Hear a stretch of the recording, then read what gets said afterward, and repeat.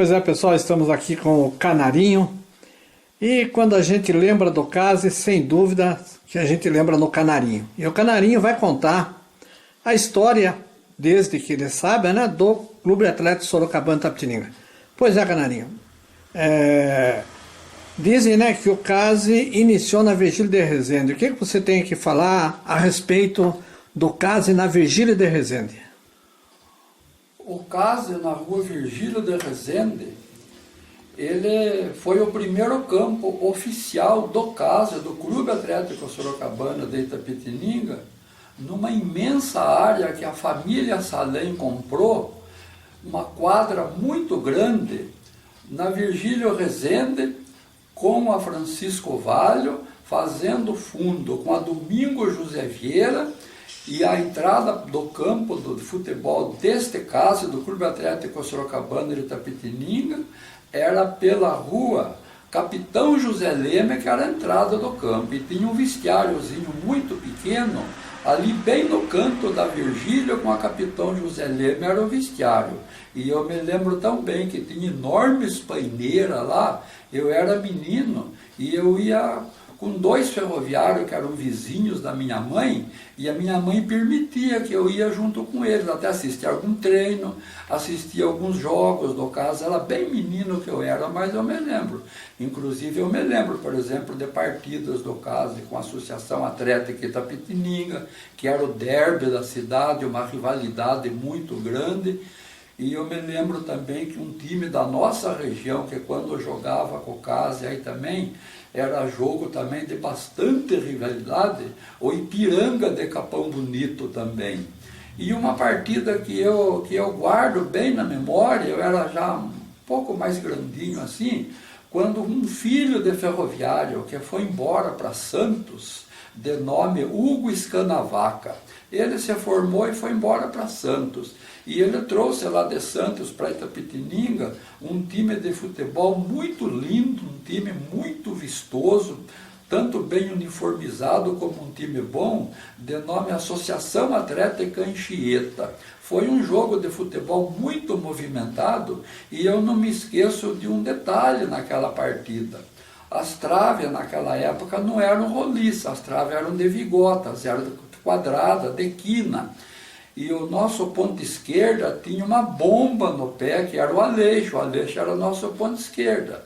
Inclusive o Aleixo aqui da nossa região, aqui da Campina do Monte Alegre. Antes não era Campina do Monte Alegre, era outro nome que falava, Campininha das Aranhas, que falava no passado. E ele veio de lá para jogar para o Case. E naquela tarde ele bateu uma falta com tanta força, mas com tanta força, que o goleiro visitante do Clube Atlético Anchieta, ao esparmar a bola, ele prensou a mão na trave e ele quebrou uns dedos da mão, precisou ser substituído. Daí veja a potência do chute que ele tinha. Eu me lembro desse detalhe, um jogo lindo que eu assisti. O ano dessa época aí, mais ou menos, qual que era o ano? Olha, eu sou nascido em 1939, em 39. Quando eu ia lá ver essas partidas do Case, era bem no finalzinho dos anos 40, ali quase chegando mais ou menos em 1950, 49 para 50. Foi daí que depois o Case, então, conseguiu, junto ao governo do estado, né, a doação daquela imensa área na Padre Albuquerque, onde depois eles construíram aquilo que era para ser um dos estádios mais lindos da região sul do estado de São Paulo. Era não, porque a frente é muito bonita, né? A frente é muito bonita, o estádio ele foi toda fechada com alambrado, gramado muito bom, com pista de atletismo, tudo. Só que não houve assim uma sequência, mas a gente tinha, que eu me lembro quantas e quantas vezes, aí eu já como jogador do Case, né, que eu fui lá para o Case com 17 anos de idade, quase completando 18 anos, o Case deixou de trazer jogadores de São Paulo e passou a utilizar jogadores assim já da Vargem Itapetiningana. De uma só vez, o Case levou 7 jogadores do São Paulinho. Desses 7 que foram para São Paulinho, eu fui um deles, acabei ficando lá. E a gente tem uma lembrança assim, inclusive nós tínhamos na época lá uma arquibancada de 100 metros de comprimento, aquela arquibancada do lado de trás ali. Esse é o Campo Novo, né? O Campo Novo, o Campo Novo. Relembrando um pouquinho o campo da Virgílio de Resende, era cobrado o ingresso para o pessoal? Como que era feito a torcida? Como que era? A força maior de torcedores, por certo que era de ferroviários, mas pela localização ali, também torcedores, também estudantes, torcedores também da cidade, eles também se dirigiam lá e assistiam.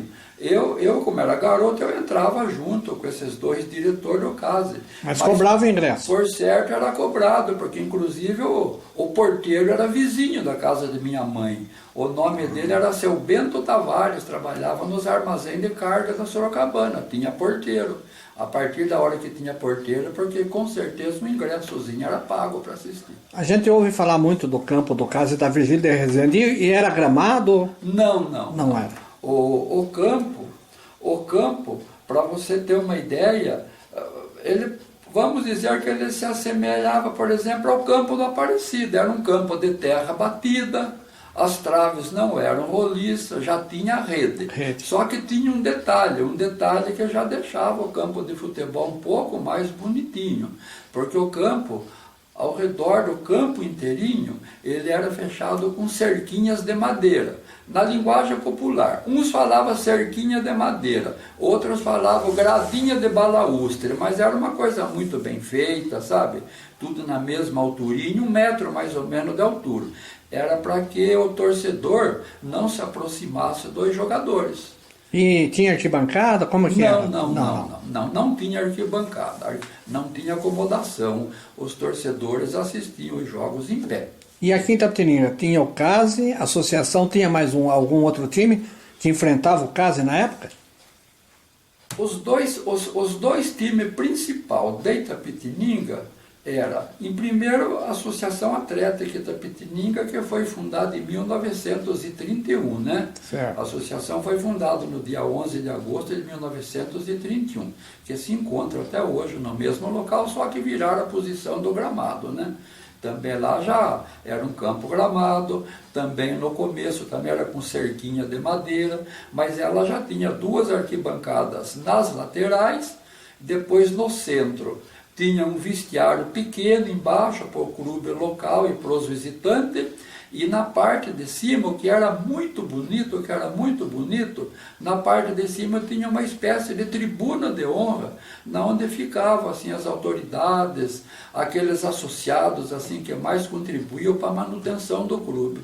Até interessante de se ver. Eu até tenho um recorte de jornal aí que aparece bem assim arquibancada, as 2 arquibancadas laterais, e aparece a chamada tribuna de honra, onde ficavam mais as autoridades. Tinha inclusive a escadinha assim pelas 2 laterais para você sentar. Agora, e as 2 arquibancadas laterais e a tribuna de honra eram cobertas. Então seria o CASE, Associação Clube Amadores, no caso? Amadores. E daí tinha o futebol varziano à parte? O clube varziano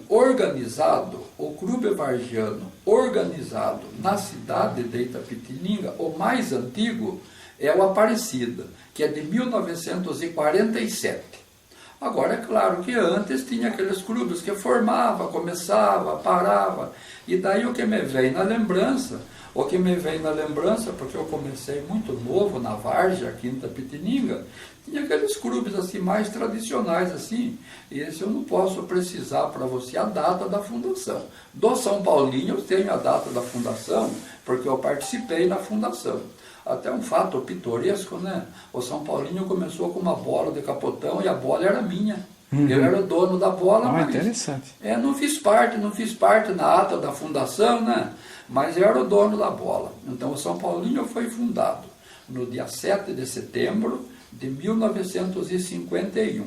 E eu me lembro, tinha o Aparecida, que era o mais velho, São Paulinho, o que já existia aqui também, o Olaria, nós tínhamos também depois Vila Santana, um clube também antigo, tradicional, muito bom também, era o Vila Nova também, um time muito bom, E um time também muito forte, também bom, que também tinha um uniforme vermelho bem vistoso, era o América de Vila Rio Branco. O campo do América, para você ter uma ideia, ele ficava no meio e ao redor assim do campo era a plantação de eucaliptos, mais ou menos onde hoje se encontra a Vila Carolina, ali fazendo frente com a casa da criança e com o lar dos velhinhos. Ali era o campo do América Futebol Clube. E outros clubes que depois iam surgindo, desaparecendo, alguns da parte central da cidade, outros da periferia, começava, parava. E existiu também aqui em Itapetininga um time de futebol muito tradicional, mas muito tradicional. Praticamente esse time era formado quase que só por ferroviários. Por que só por ferroviários? Dada a proximidade com as oficinas de locomotiva. Eu não sei por que razão eles não falavam oficina, falavam depósito, né? Até o seu pai trabalhou lá. Tradição, depósito. Tradição era depósito. Onde que você trabalha? Eu trabalho no depósito. E é a oficina correta, né? E foi correto. Inclusive, muitos dos artífices eram formados na escola dela, né? A escola de artífice, né? E era o time que hoje, esse time, ele ficou muito tempo num campo, o campo era grande, muito grande o campo, metade gramado, metade de terra, não era lá muito bem cuidado, mas era grande, o terreno era bem nivelado, é ali na rua Pedro Nunes de Melo, quase fazendo frente com o Bar do Ficão, ali era o Vila Aurora, um clube tradicional, que eu tenho foto do Vila Aurora, e que depois, o Vila Aurora, depois, eu não sei se houve algum acordo ou não houve algum acordo, o Lázaro Monte conhece muito bem essa história. Depois se tornou um time muito forte também que existiu aqui, que inclusive treinava contra o Case e dava treino dificílimo. O time do Tração, né? Nossa. Que era formado só por ferroviários lá das oficinas, o Tração Esporte Clube. Esse mais ou menos que me veio na lembrança, assim. Voltando na época do Case e da Virgílio de Resende, existia campeonato? Como que fazia? Ou era só jogos amistosos? Existia, o que me vem na lembrança depois, o chamado Campeonato Amador do Estado, o Campeonato Amador do Estado.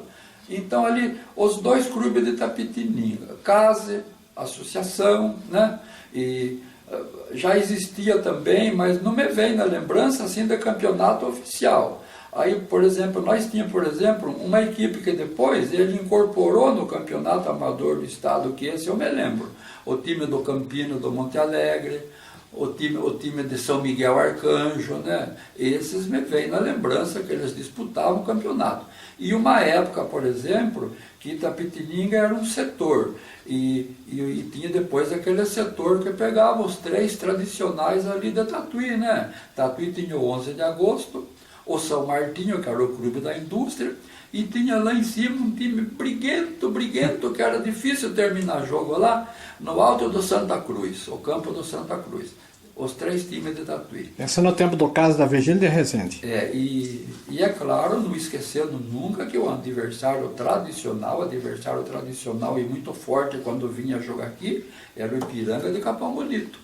Conta a história que tinha muitas torcedoras que usavam a sombrinha para entrar em campo lá, é verdade isso aí? Isso aí eu me lembro, sim, inclusive a gente pode até falar o nome, porque aí não deprime ninguém, não ofende ninguém, era torcedoras assim, eram esposas de ferroviários, e a mais famosa de tudo era a dona Geni Lopes, que era esposa, que por sinal foi um ferroviário que mais trabalhou na vida do Case, um senhor, pessoa maravilhosa, que ele cuidava daquele vestiário do Case lá junto com o seu Libânio, era o seu Joaquim Lopes. A dona Geni, cada jogo era uma sombrinha mesmo. O jogador adversário passava correndo rente a gradinha, e ele que se não passasse perto da gradinha, porque senão a sombrinha vinha na cabeça mesmo. Faz parte da história, né? Faz parte, Itapetininga inteiro sabe. E o torcedor símbolo do Case, era o velho Romão, né? O seu Romão Camargo, que inclusive ele tinha um megafone, né? Então ele fazia aquele barulhão na torcida lá, agitando a torcida, chamando os jogadores, pedindo empenho para os jogadores, comemorando o gol. Seu Romão de Camargo, que por sinal ele acabou se tornando, era uma espécie, depois ele foi uma espécie, por exemplo, de chefe de trem do chamado operarinho. O que é operarinho, para quem não sabe? Aquele trenzinho de um carro só que fazia ligação entre a estação e na linguagem popular ao depósito lá, que são as oficinas, né? Então esse trenzinho circulava o dia todo, trazia pessoal aqui para o centro, levava do centro lá para a vila, crianças que vinham na escola, e ele era uma espécie de chefe que cuidava do trenzinho e cuidava da segurança das pessoas, das crianças, e nos locais de desembarque, porque o operarinho tinha 3 pontos de desembarque, né? Tinha uma parada ali nas proximidades de Vila Arruda, depois ele tinha uma outra parada aqui, numa passagem também que ficou com o nome tradicional também, onde as senhoras levavam o almoço para ir lá para as oficinas. Eles chamavam, cada local tinha um nome, ali eles chamavam, é aqui na rua Mazarino, para descer ali para a Vila Orestes. Eles chamavam ali, lá onde vai indo? Vou pegar o operário na passagem do Inhurias. Ficou como passagem do Inhurias, né? A Rádio PRD9 na época participava dos jogos do CASE, aí tinha narração, como que funcionava ou não tinha nada? Eu me lembro de uma transmissão da difusora de Itapetininga, naquele tempo não era difusora, era PRD9, Isso. que eles fizeram lá no Campo Novo do CASE. Inclusive as pessoas às vezes fazem assim, por que aquela parte elevada lá na frente, aquela parte elevada, né? Na nossa linguagem, aquele segundo andar lá. Primeiro, acho que deixou bonita a frente do estádio. Sim. Mas segundo o que você comenta, diz que ali parece que foi feito especialmente para que as pessoas de imprensa tivessem uma visão melhor do jogo, inclusive para comentários, para transmitir ou para escrever sobre o jogo. É o que você comenta, não posso afirmar com toda a precisão.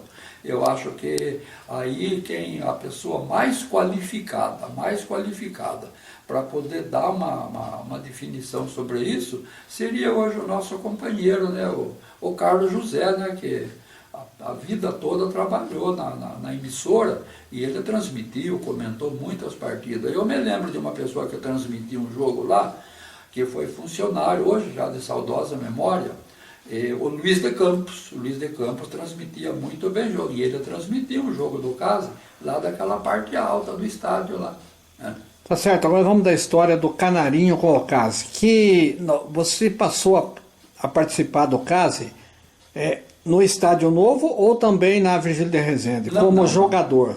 Na Virgílio Resende. Só torcia. Eu era menino. Eu ia lá porque minha mãe permitia que eu fosse até lá, porque eu ia acompanhado de 2 senhores que eram vizinhos da casa da minha mãe. Que eu nasci, fui criado ali na rua João Roberto de Camargo, e a João Roberto de Camargo tinha 20 residências. Dessas 20 residências, tinha 17 famílias de ferroviário e só 3 famílias que não eram ferroviárias. Então eu ia junto com eles para ver treino e ver jogo.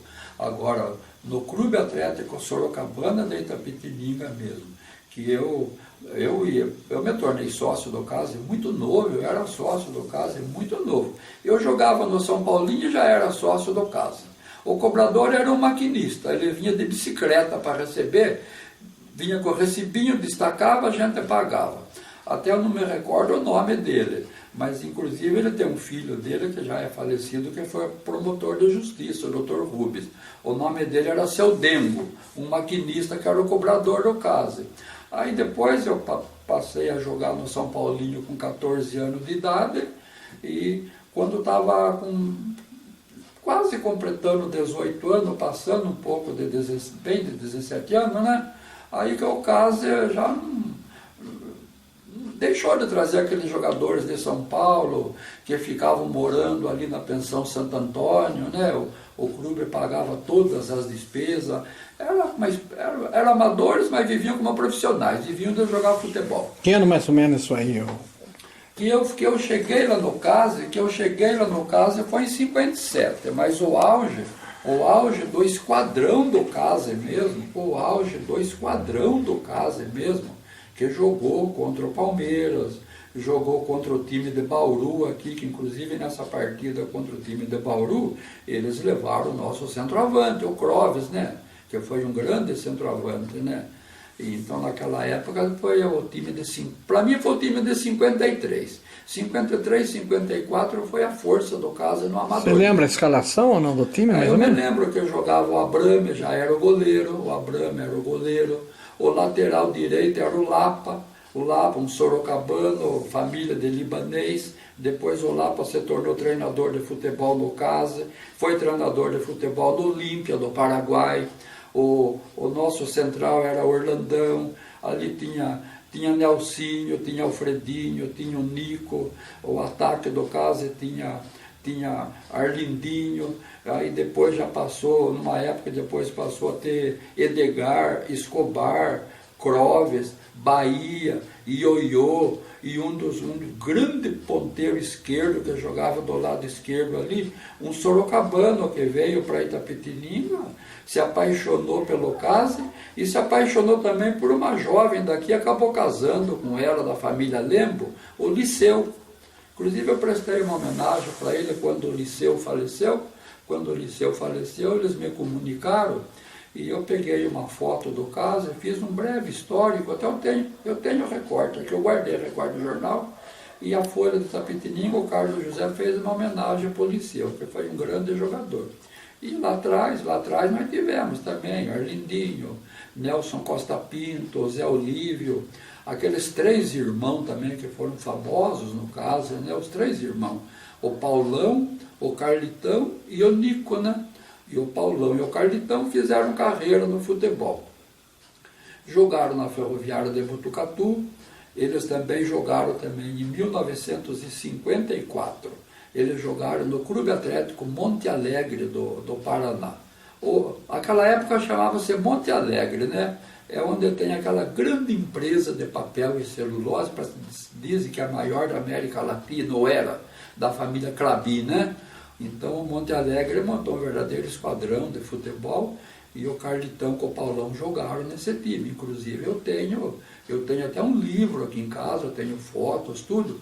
E se eles tivessem permanecido no Clube Atlético Monte Alegre, eles teriam sido o primeiro clube do interior a ser campeão paranaense, Clube Atlético Monte Alegre. Mas eles deixaram o Monte Alegre e aí eles foram para a Ferroviária de Assis. Eles jogaram na Ferroviária de Assis. Só que na Ferroviária de Assis aí já jogou o Paulão, o Carlitão, e daí foi o Aleixo para lá também.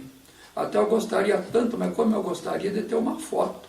Ter uma foto da Ferroviária de Assis, que tem o Paulão, o Carlitão e o Aleixo jogando junto. Porque o treinador deles, eu acabei conhecendo. Foi um grande jogador de futebol que teve no passado, que um ferroviário de Sorocaba, ele é ferroviário aqui de Itapetininga, foi buscar ser jogador em Assis, na Ferroviária, levou para a Estrada de Ferro Sorocabana, permaneceu muito pouquinho no Estrada, aí ele foi para o Fluminense do Rio de Janeiro, esse centroavante, voltou para o Corinthians, jogar no Corinthians, jogou no Corinthians, depois quem ocupou o lugar deles foi o famoso Baltazar, e esse jogador encerrou a carreira dele como jogador no Santos Futebol Clube, de nome Maracaí. E sabe quem é Maracaí? Quem foi Maracaí? Um dos maiores pastores da Igreja Presbiteriana Independente, reverendo João Batista Ribeiro Neto, o Maracaí. Ele jogou no... Ele é da cidadinha de Maracaí, jogava na Ferroviária de Assis. Não jogou no CASE? Não. No Itapetininga não. De Assis ele foi direto para a Estrada de Ferro Sorocabana. Ah, tá certo. Agora o Canarinho, então, com quantos anos foi pro CASE? Com 17 anos. Quase completando 18 anos, eu fui pro CASE. A primeira vez que eu vesti a camisa do CASE, foi numa partida que o CASE fez, já entre novembro e dezembro, olha, contra um esquadrão, viu? Contra a Associação Atlética Matarazzo. Associação Atlética Matarazzo, que em 55 tinha sido campeã amadora do estado, até decidiu o título a Quinta Pitiniga como associação. Um jogo, nossa, foi 3 partidas. Uma Quinta Pitiniga, a segunda partida foi no Parque Antártica, e a terceira partida que houve a necessidade foi no campo do São Bento, em Sorocaba. Então eu fui lá para o CASA em 57, eu joguei contra a Associação Atlética Matarazzo, não joguei o jogo inteiro, sabe? Eu joguei mais ou menos uns 30 minutos, foi a primeira vez. Inclusive eu estava comentando um dia com os amigos, a gente leu muito, sabe?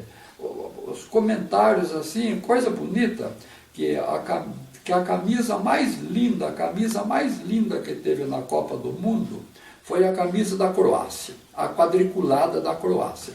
Até um cronista aqui de Itapetininga que escreve no Correio de Itapetininga, o Ivan Barsante, ele escreveu também, achando que a camisa foi deslumbrante, foi muito linda.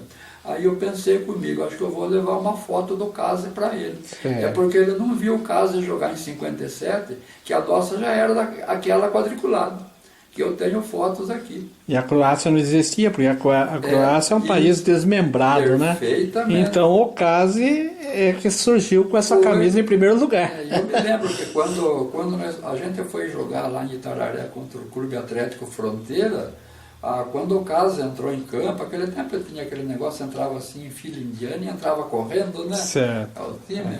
Nossa, quando o Case entrou em campo, o Case foi aplaudido, eles acharam coisa mais linda, o uniforme era lindo mesmo, né? Eu tenho algumas fotos aqui do Case com aquela camisa, sabe? Bonita mesmo. E aí, Canarinho, você entrou em 57 no Case e ficou até quando no Case? Eu não permaneci muitos anos no Case, mas o tempo suficiente, vou deixar a modéstia de lado, o tempo suficiente para colaborar bastante com o clube, sabe? Porque eu fui um colaborador ali. Primeiro, eu jogava no Case e eu era sócio do Case. Outra coisa, pela profissão que eu tinha, eu trabalhava com artefatos de couro, com selaria, né? Eu fui criado em selaria. E eu aprendi a arte de trabalhar com bola, de consertar bola, com um celeiro paranaense na rua Quintino Bocaiúva. Eu era novo de idade ainda, ele me ensinou a trabalhar com bola. Então eu era jogador no Case, não ganhava nada para jogar no Case, porque eu não ganhava, né? Eu jogava porque gostava. Eu ainda consertava as bolas do Case, não cobrava para consertar as bolas do Case, e ainda era sócio do Case. E não era ferroviário na época? Não, e até um detalhe, tem dois detalhes que eu gosto de frisar muito, sabe? Eu gosto de frisar muito. Tem, às vezes, alguns ferroviários, hoje nem tanto, os mais antigos. Então, quando eles me encontravam, eles falavam assim, ó o Canarinho, né? Até alguns usavam uma expressão assim, mas eu corrigia na hora, sabe? O Canarinho, um dos melhores goleiros da história da Pitiniga. Eu falei, não, nunca fui. Eu apenas gostava da posição. Acho que teve dezenas e dezenas melhor do que eu. Nunca fui um grande goleiro. Eu gostava da posição. E quando eles falavam também que eu era goleiro da geração ferroviária, eu não fui goleiro da geração ferroviária, mas eu posso falar para você o nome dos 5. Esse eu falo para você, porque eu conheci os 5. O primeiro goleiro da geração ferroviária, o Roque Biagione, esse foi o primeiro. Depois de Roque Biagione, aí teve aquele seu Antônio de Moraes, que tinha o apelido de Padeiro, que era chefe de trem que veio de Itararé, foi goleiro do Case. Aí teve Orlandinho, ele era meio miudinho, até carinhosamente a gente chamava de Orlandinho Preto. Ele era meio miudinho e ele era soldador nas oficinas da Via Permanente. Aí nós tivemos um outro, mas ele era meio complicado, porque ele era muito nervoso. Até tomar o primeiro gol, ele era um grande goleiro. Tomava o primeiro e ficava nervoso. Sim. Era o Aloysio de Mello. E depois do Aloysio, o quinto e último goleiro da geração ferroviária. Esse sim, todo ferroviário. Foi Antônio Abrame, com o devido respeito. Com o devido respeito a todos os goleiros ferroviários que eu falei. Com o devido respeito a todos. Cada um no seu tempo, na sua época, mas para mim o melhor foi o Abrame, sabe? Eu acho que eu vi grandes goleiros jogar aqui em Itapetininga, tanto na associação como no DERAC, mas o Abrame foi um grande goleiro. Mas foi um goleiro daquela geração do amadorismo, né? Que na terceira divisão, ele foi um pouquinho na terceira divisão, inclusive junto comigo, mas mais a pedido dos ferroviários, que os ferroviários não queriam ver ele na terceira divisão. Mas ele foi meio contra a vontade, ficou um pouquinho. Eu até tenho uma foto aqui, e eu guardo com muito carinho essa foto, porque na foto aparece eu e Abrame. Na verdade, o que seria eu e Abrame naquela foto ali? Eu, o aluno, e ele, o professor, né? Porque quando eu ia assistir jogo do CASE, o que eu mais ia para ver no CASE era ver o Abrame, o goleiro do CASE, jogar. Quantos anos você ficou no CASE aí mesmo? 57 já? Eu fiquei no CASE de 57 até 61. Na segunda divisão não fiquei. Aí eu achei que já não dava mais, sabe? Eu tinha que trabalhar, tinha uma pequena oficina de selaria. E você sabe, o time profissional, o treinador, ele quer o jogador 4 vezes por semana lá no campo, né? Você tem terça, quarta, quinta, sexta, às vezes até tinha algum trabalho que eles faziam com os jogadores no sábado de manhã, e eu precisava trabalhar, e aí eu deixei. Mas parei, mas ainda pude, assim, depois de um certo tempo, ainda acabei realizando um sonho meu. Eu ainda pude vestir um pouquinho a camisa da associação e do DERAC. Fui na associação lá uns 3 meses, quando a pedido, que eles estavam precisando de um segundo goleiro, que o titular deles na segunda divisão era o Costa, um excelente goleiro que veio de Santos. Dizem que jogou no Jabaquara, o Costa. Até o filho dele foi delegado de polícia aqui em Itapetininga. Chamam de Costinha, né? E ele teve lá uma contusão e a associação precisava de um segundo goleiro. Eu fiquei um pouco na associação, mas não joguei no titular, sabe? Jogava na preliminar e ficava assim, meio à disposição. E depois, uma vez também, eu fui procurado também pelo pessoal do DERAC. O seu Osório, você deve ter conhecido o seu Osório, né? Seu Osório, o seu João Gasolina, era o apelido dele, João Gasolina mesmo. Eles me procuraram, que o goleiro titular do DERAC era fabuloso, né? Para mim, um dos grandes goleiros que passou por Itapetininga. Tanto que ele saiu daqui, foi ser titular no São Bento, né? 1 ano de São Bento, ele foi titular no Palmeiras. E ele só perdeu a posição no Palmeiras porque ele se contundiu. E ele perdeu a posição no Palmeiras para um goleiro que jogou 4 Copas do Mundo, nada mais, nada menos do Prolhão. Esse goleiro que eu estou falando era o Chicão. Esse acho que você deve lembrar, né? O Chicão.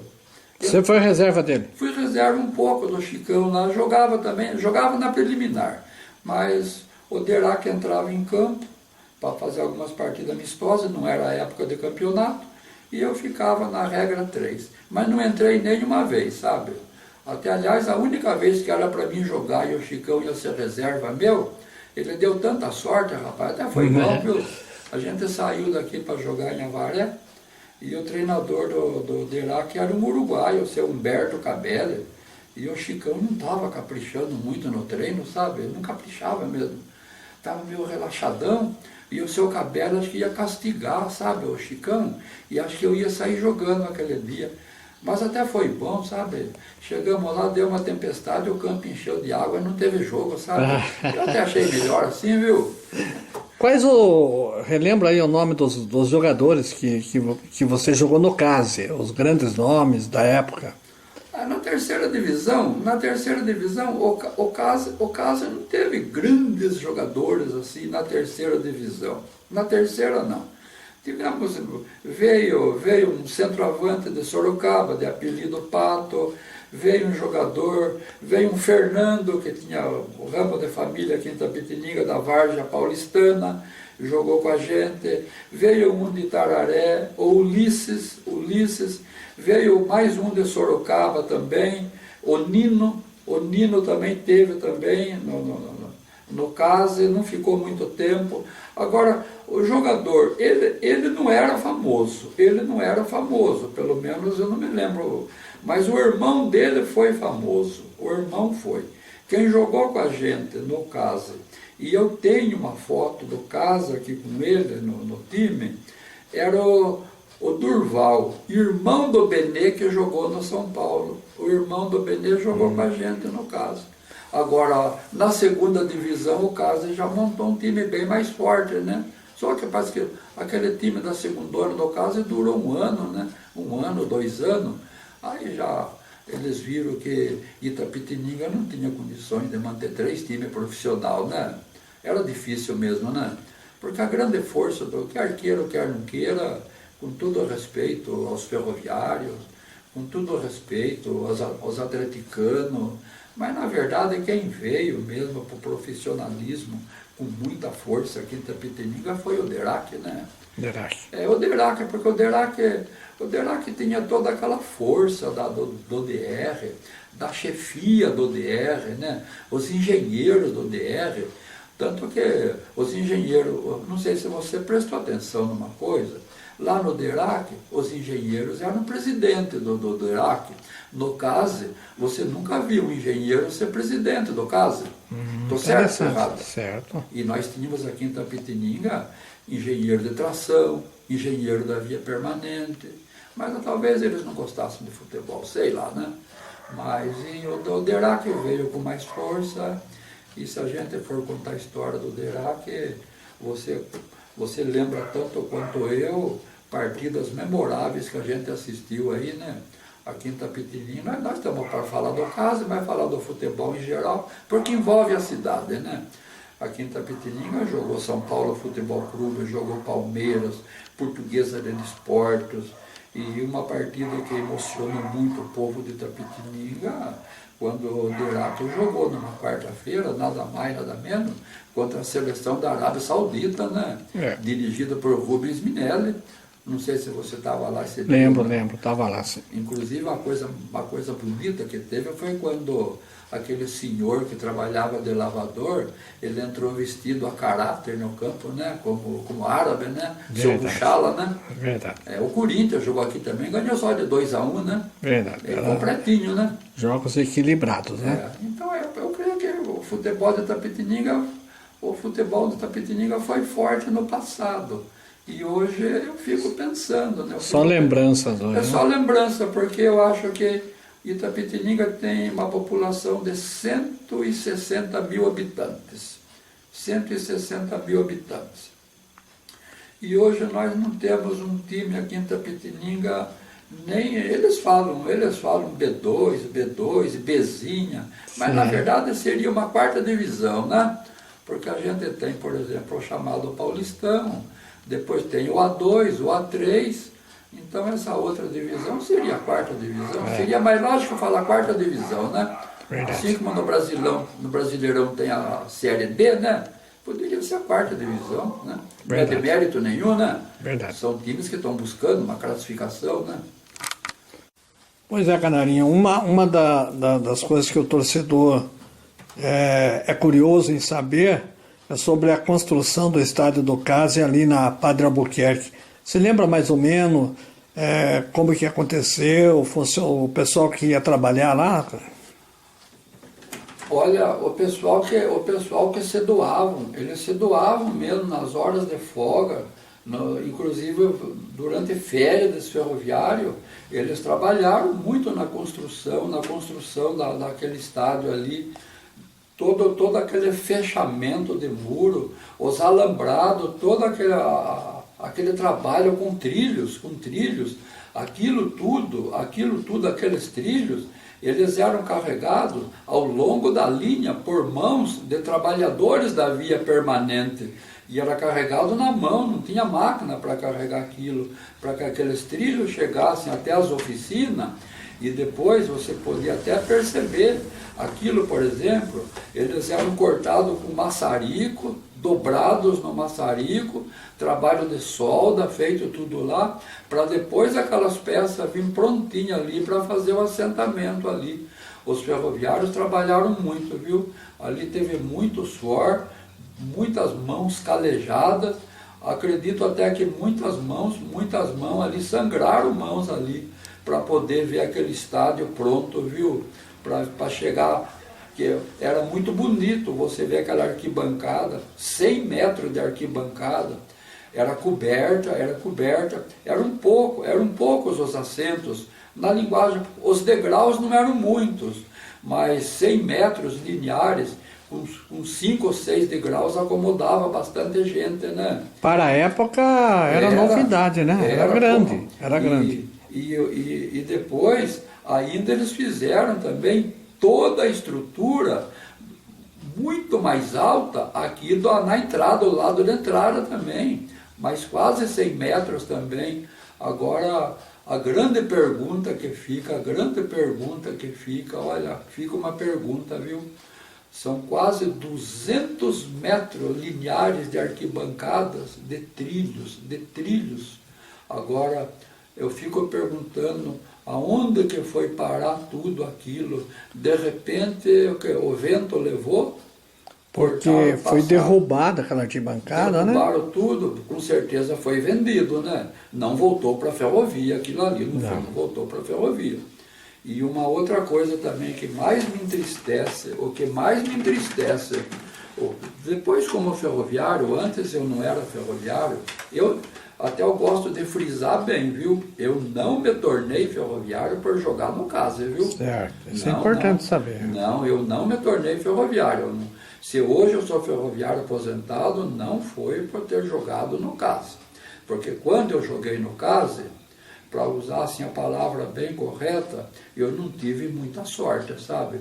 Porque muitos se tornaram ferroviário. Não na minha hora, da época, antes. Mas houve promessa que eu também ia trabalhar na ferrovia, por eu viver junto com a classe ferroviária e ter jogado no CASE. Não é só futebol que eu joguei no CASE, eu também pratiquei o pedestrianismo no CASE também, né? Tenho fotos aqui, fotos que comprovam. Eu fui atleta do CASE também no pedestrianismo. E então o que entristece a gente também é que quando eu me lembro de uma coisa tão linda que tinha também no nosso patrimônio, eu digo nosso ferroviário, não? Quando eu digo nosso ferroviário, é de Itapetininga, né? Uma coisa tão linda que tinha lá. Antes a gente nem falava ônibus, né? Aquela jardineira do CASE, tão linda, né? Mas tão linda. Os ferroviários ganharam o chassis, de uma Chevrolet, né? De um caminhãozinho Chevrolet. E olha, os ferroviários transformaram aquilo naquela jardineirinha, ônibus, como queira, coisa mais linda do mundo, né? Os domingos que tinha jogo, ela fazia aquele trabalho de pegar os torcedores na avenida e levar até a Vila Aparecida, ela ficava circulando, né? Olha, isso aí é um fato curioso que muita gente não sabe. Então o ônibus era usado também para trazer o torcedor no estádio? Para trazer o torcedor no estádio, era utilizado aos domingos que tinha jogo, utilizava. E eu cheguei a viajar naquele ônibus.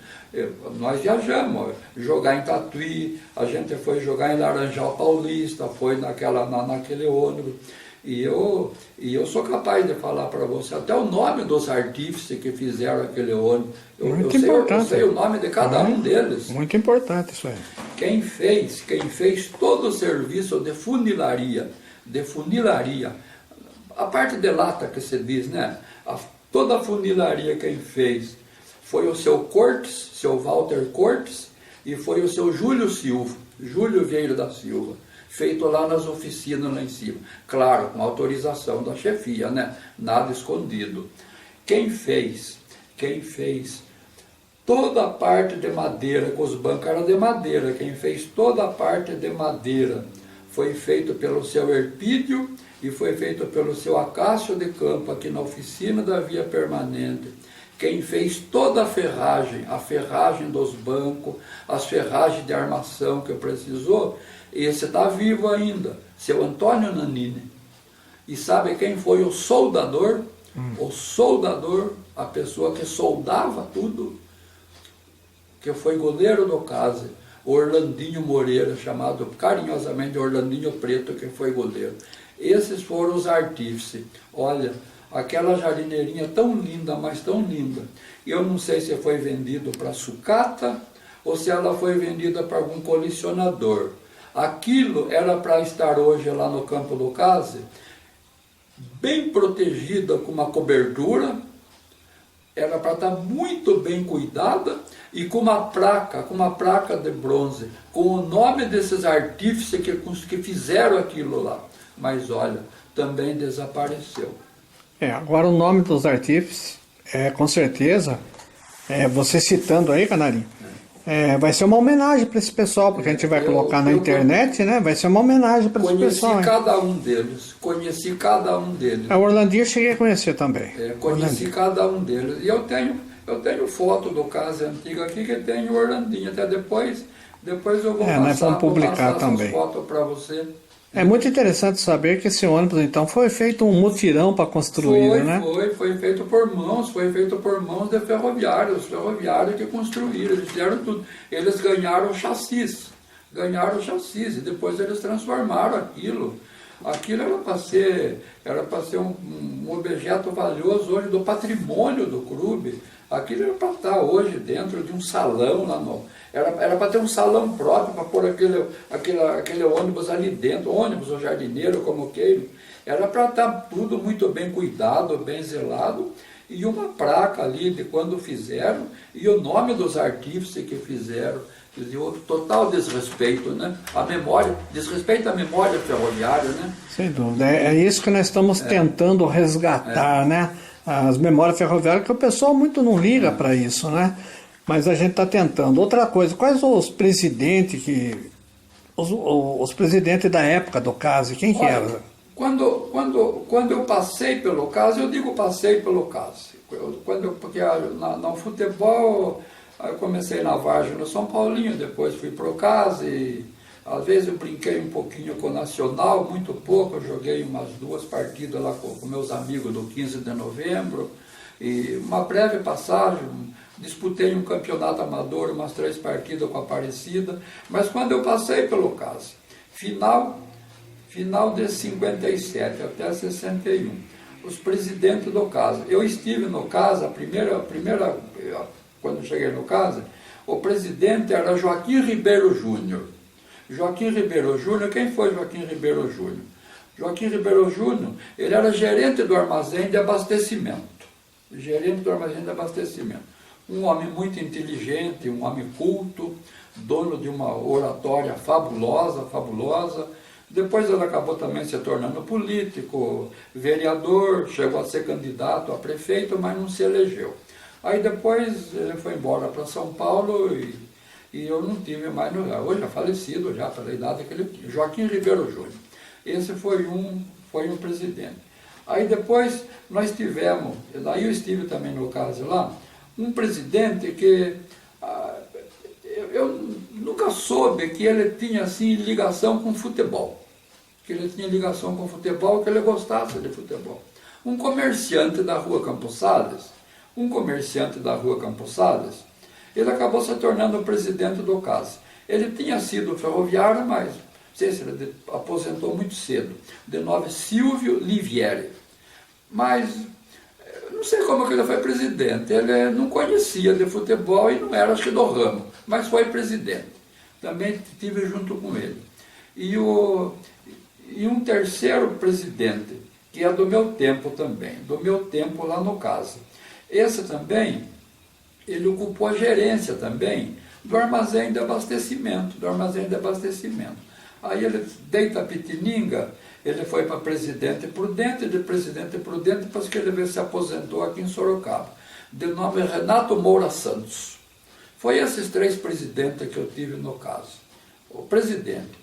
E diretores, e inclusive um senhor que trabalhou muito, mas muito no clube ali, fazia tudo aquela parte burocrática ali, parte de secretaria, que se dirigia à federação, que cuidava dos assuntos do caso junto à federação, o seu José Domingues, carinhosamente chamado de Zé Tubo, pai do Esquerdinha. Também. Esse é quando o caso foi para a 3ª divisão, ele é que cuidou de tudo.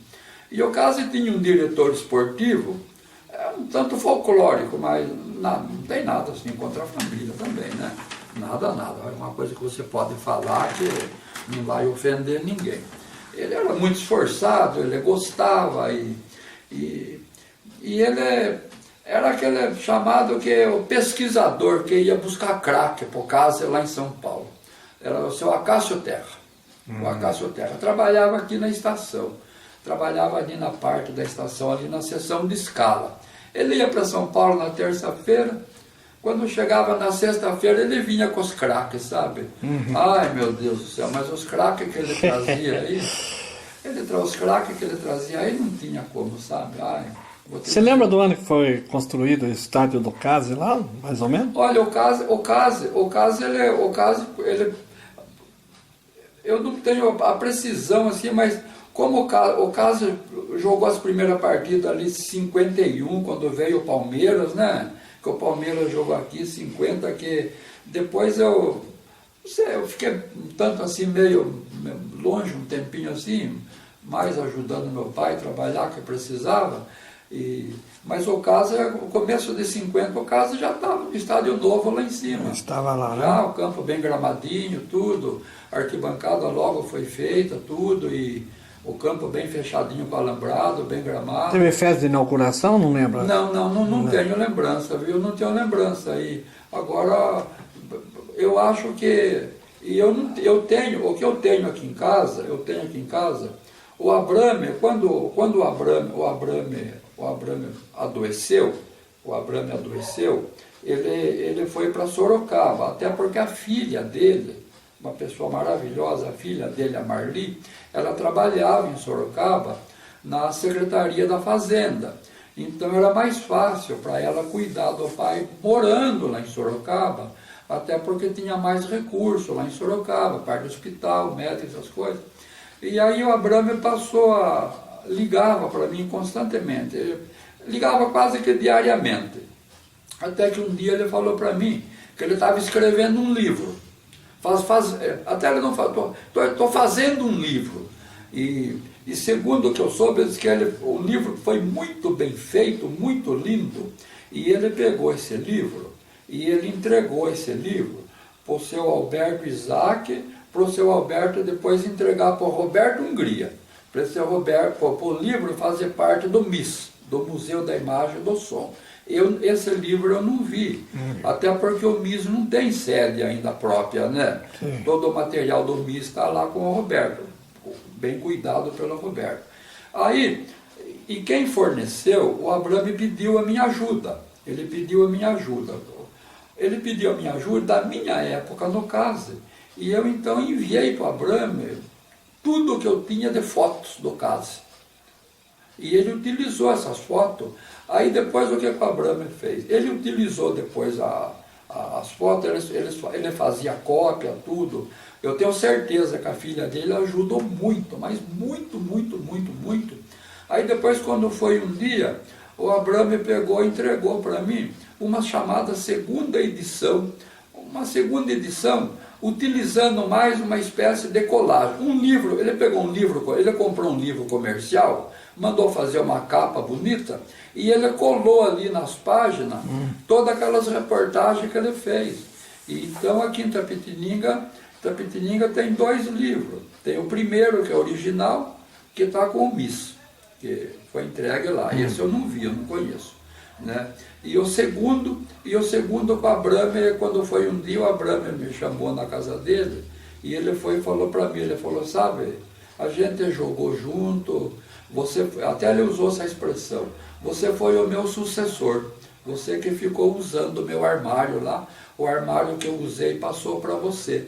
E nós estivemos juntos em algumas partidas, porque ele chegou a viajar na 3ª divisão, teve até 2 jogos que a gente repartiu o tempo, sabe? Meio a meio, né? Mas ele não estava querendo jogar e a família também já queria que ele não jogasse mais, né? E o direito que a família tinha, né? Já estava um tanto cansado, não era mais, não dava mais para o futebol mesmo. Certo. E aí, quando foi um dia, ele entregou para mim e deu de presente. Eu falei, guarda de presente porque você ajudou em muito, porque você forneceu muitas e muitas e muitas fotos para mim pôr aqui. até vai dar para você, vai dar para você fotografar ali, porque tem algumas fotos que tá no livro que eu não tenho, sabe, que eu não tenho. Eu tenho fotos do Kase, lá da rua Virgílio Rezende, eu tenho fotos do Kase. Fotos do ano 46 e 47, esse eu tenho. Você sabe quem foi o desenhista do distintivo do Kase, que é muito bonito, por sinal, isso aí não foi comentado, né? O distintivo é muito lindo, o distintivo do Kase é muito lindo. E a primeira camisa também, até eu acredito até que você vai gostar.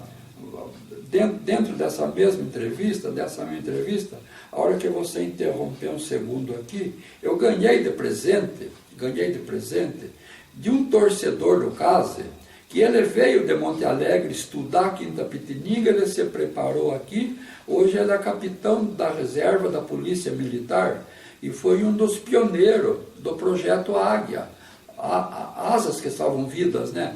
Inclusive eu tenho foto dele aqui. E eu tenho um arquivo muito grande de fotos que ele mandou para mim, sabe, sobre futebol. Inclusive, você tem muito contato com ele via internet. O capitão Raul Paulino de Oliveira. Grande Raul Paulino, né? Raul, pessoa maravilhosa, viu? E ele trouxe de presente para mim, que eu ganhei duas camisas do Kase, que o tenente Hélio, também professor de educação física, Hélio de Almeida, ele quis fazer um trabalho com futebol menor no Kase, mas o trabalho não evoluiu, não conseguiu haver acerto, sabe? Não houve acerto entre ele e entre a ex-presidente do Kase. Eu acho que é ex-presidente, né? Acho que parece que aquela senhora parece que não está ocupando a presidência hoje, né? Mais ou menos o que eu li no jornal. Né? Não quero entrar nesse detalhe porque é coisa jurídica. Não é né? história, né?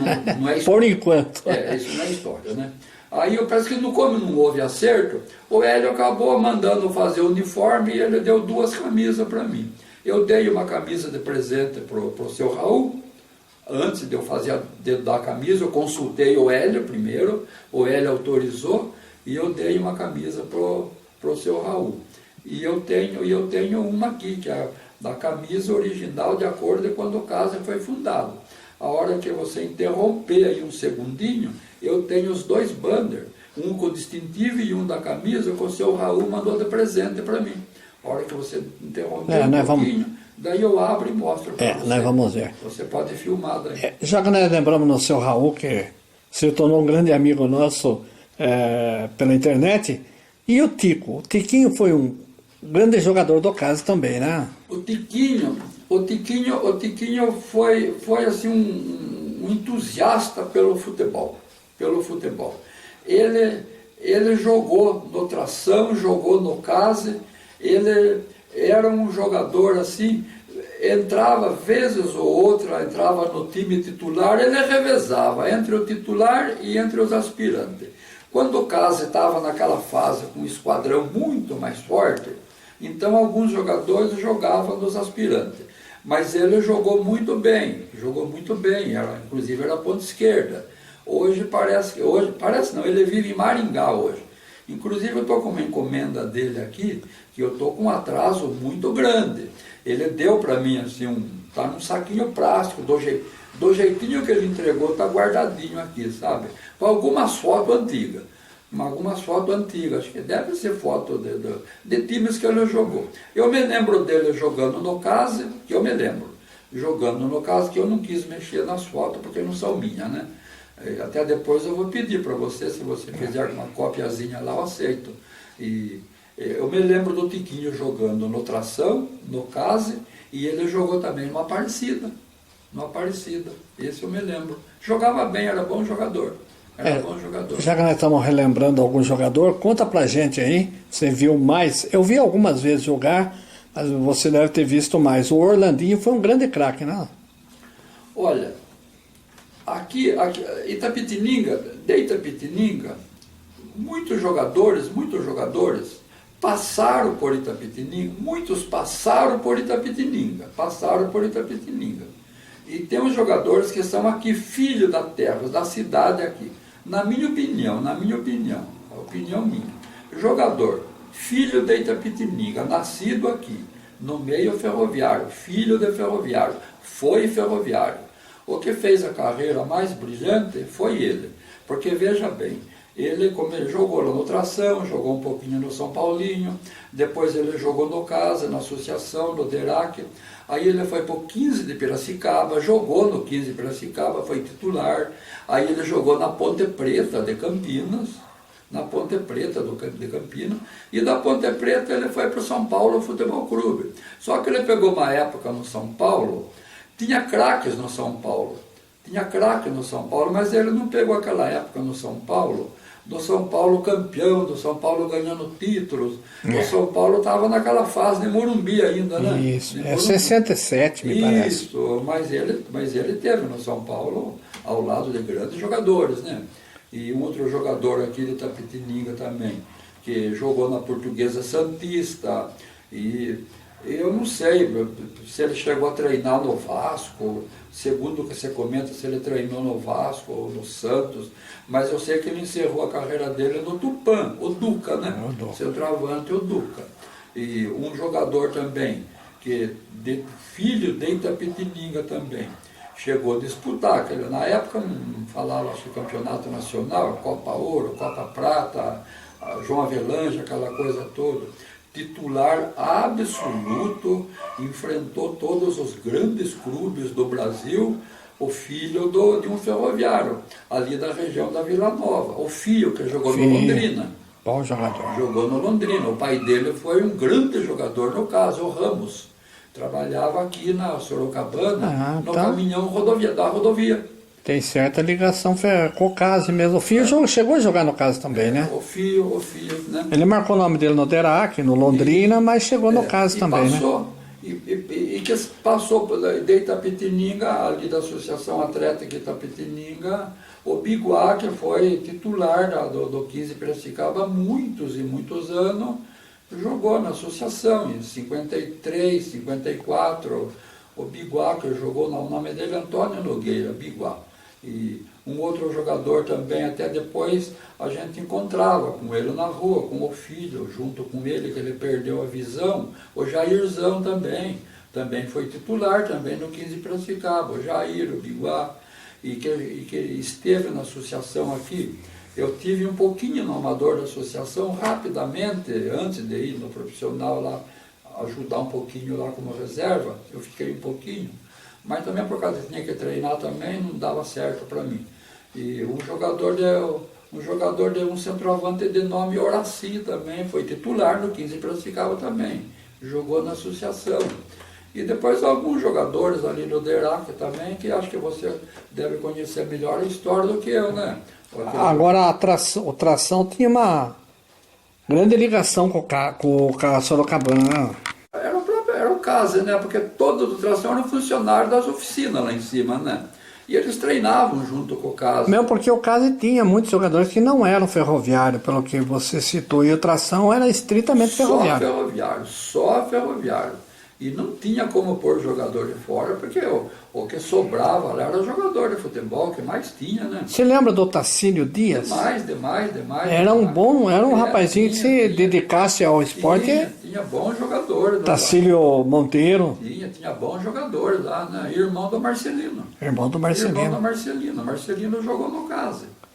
O Marcelino, para mim, dois grandes jogadores que teve no Derac, teve dois grandes craques no Derac, que eu considero dois cracaços que teve no Derac, né? Respeitando todos os demais. Para mim, Nercinho e Marcelino foram dois cracão de bola, né? E os dois daquele Itapetininga, né? O Nercinho que depois aposentou no DR, né? Certo. E o Marcelino também que aposentou no DR, né? Filho de ferroviário. O pai do Marcelino era ferroviário.